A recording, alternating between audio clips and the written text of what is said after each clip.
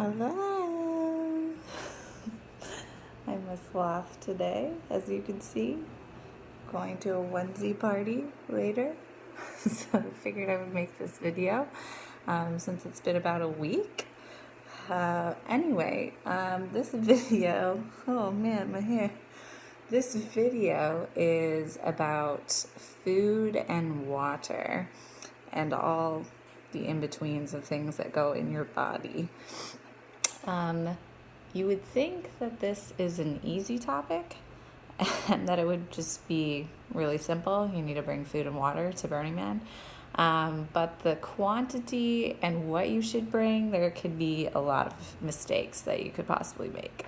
So I figured that I would do one to have you learn from our mistakes and things that we were happy that we did and happy that we brought.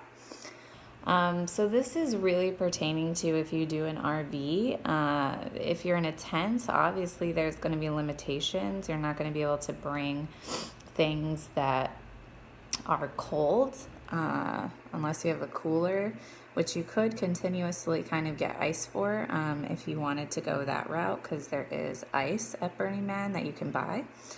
But I'm mostly going to be just talking from the viewpoint of having an RV or having something where you could store cold food. One thing to remember is to not overdo anything. The first year we brought way too much food, and we brought way too much liquor. And although it was nice to have way too much, a lot of it went to waste.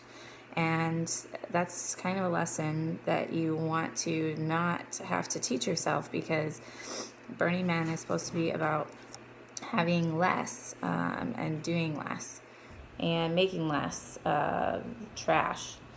So one thing that you could do is think about how to have less meals necessary, because there's a lot of meals that get provided to you. If you have the map on your phone, you can easily Google pancakes. You could easily Google spaghetti. You could easily Google pizza. And by Google, I mean just put it in the search of the burner map that comes out every year.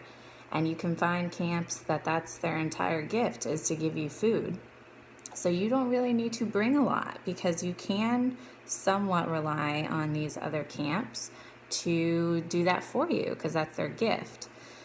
What I will say is you want to bring at least enough to survive in case for some reason every one of those camps doesn't have food, but the likelihood is that you could possibly use their camps and the gifts that they're giving to keep going. Especially if you're in a tent and you can't make hot meals and things like that. You may just bring essentials for just things that you could eat without having to heat them up or without having to cool them down, and then go to other camps that can provide you with meals elsewhere. So what do I suggest? I suggest lots of things to make sandwiches, PB&Js, meats, lots of bread, making grilled cheeses. These are things that are easy for individuals to make that are in your RV, and that if you're not around, you can make it individually without having to use a large quantity of your stuff.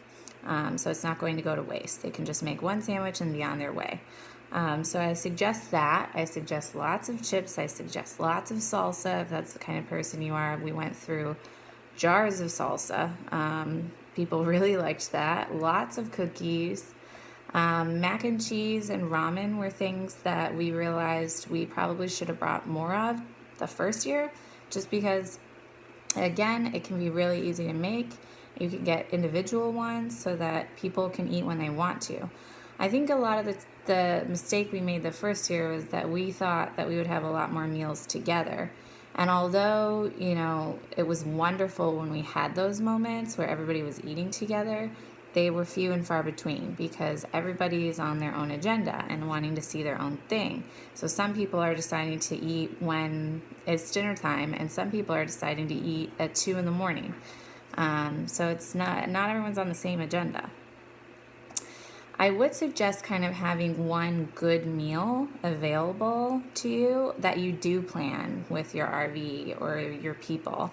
Because that will probably happen. 1 out of the 6 days, you guys will come together and you'll figure out that you want to make something together.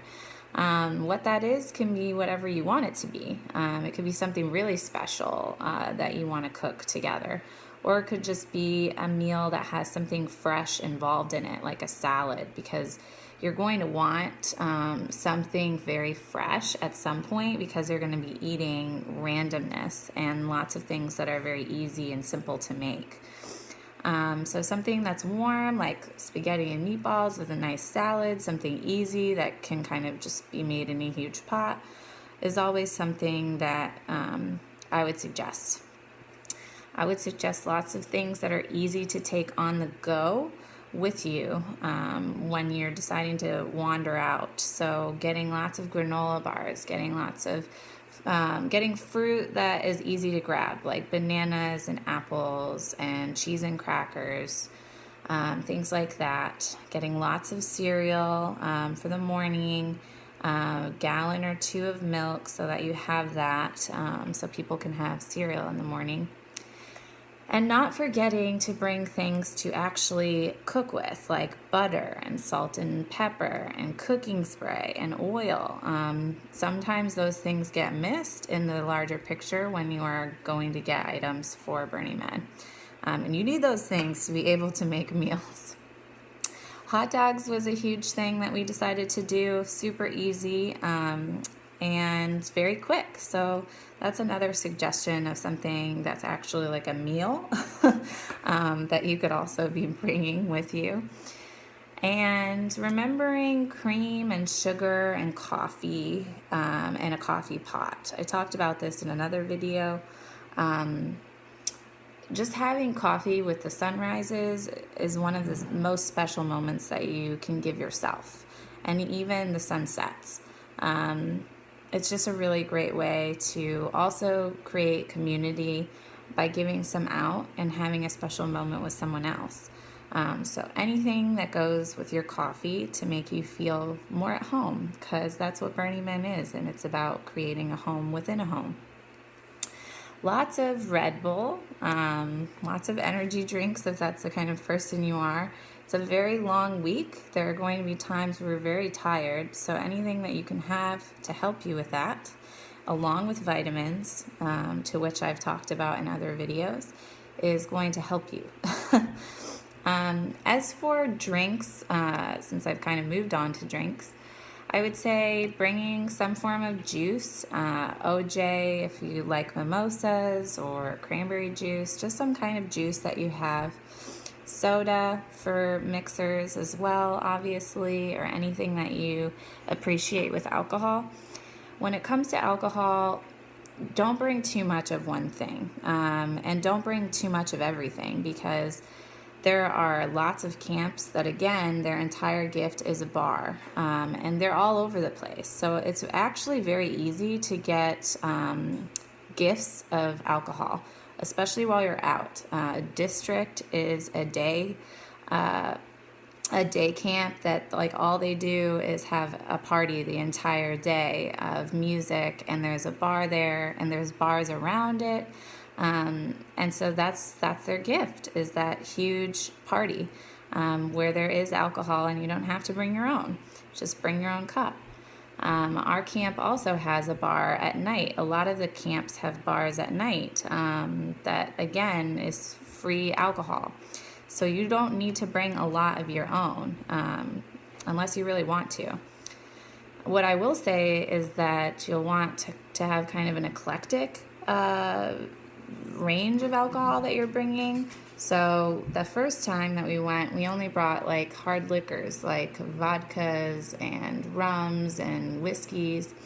But there was multiple times where we actually wanted like beer. At one point I really wanted red wine when it was the sunset. So bring some eclectic things with you. Don't just bring all hard liquor, because there are moments for everything out there, and you may or may not be jealous of the person next to you that may have those things. especially champagne for mimosas. There's also lots of camps, again, that their whole thing is kind of a party in the morning. So there's one camp that does bubbles and bass. So starting at about, I think, 6 or 7 a.m., they start to have a party where all they're doing is giving out mimosas. There's Bloody Mary bars as well. So you don't have to bring everything. Again, just bringing like 1 or 2 bottles for your RV, because you just never know. You might want one. So for water is kind of the last part of this excursion for this video, and it's difficult. Just like the other parts of this, there's no good way to figure out if you're going to bring enough water. The years that we've gone, I have ended up with at least 12 to 15 gallons of water that I'm bringing home. So we're clearly not doing the math correctly. And I think it's one that people are very nervous that we're going to run out. So you get a lot of anxiety related to that and related to the number of gallons that we should bring per person. What I will say is that there was 6 of us and we were females and we brought 8 gallons a person. We only took 1 shower and it was within our camp, so we weren't using water for a shower. But even with just doing 8 gallons per person, I still ended up with about 12 gallons bringing it home. So maybe 6 gallons a person. The other thing to think about is that when it's really hot out, you actually use less water because, or at least that's kind of what we noticed, because you're staying inside for a long period of time rather than actually going out and exploring. If it's decent outside, and decent meaning still extremely hot, then you're more apt to drink more water because you're going around and actually using up a lot of energy and getting hot. So I don't know. 8 gallons a person may be a good place to stay around, or 7 gallons. And if you're going to be taking a shower with your water, then maybe bringing more per person. But that was from a Tuesday to a Sunday Burning Man. So if you're going for Sunday to Sunday Burning Man, you might need more. So it is a little bit of math, and you'll probably end up either running out or having too much. But I wanted to give some kind of glimpse of how we came up with a number for our experience with water. Anyway, so that's about it. I also would suggest getting some ice before you come in. It's kind of annoying to have to go get the ice from the middle of camp, especially if you're farther out. So starting out with some to rely on for a little bit is always a good thing. But that can't always be the case. You could buy an extra cooler for your RV so that you could put more ice in there. But otherwise, you're kind of stuck with your tiny little freezer. We also brought popsicles this year. But what I will say is that it was so hot that even our freezer was not getting cold enough to keep them cold. So they melted within, I think, the first 3 days.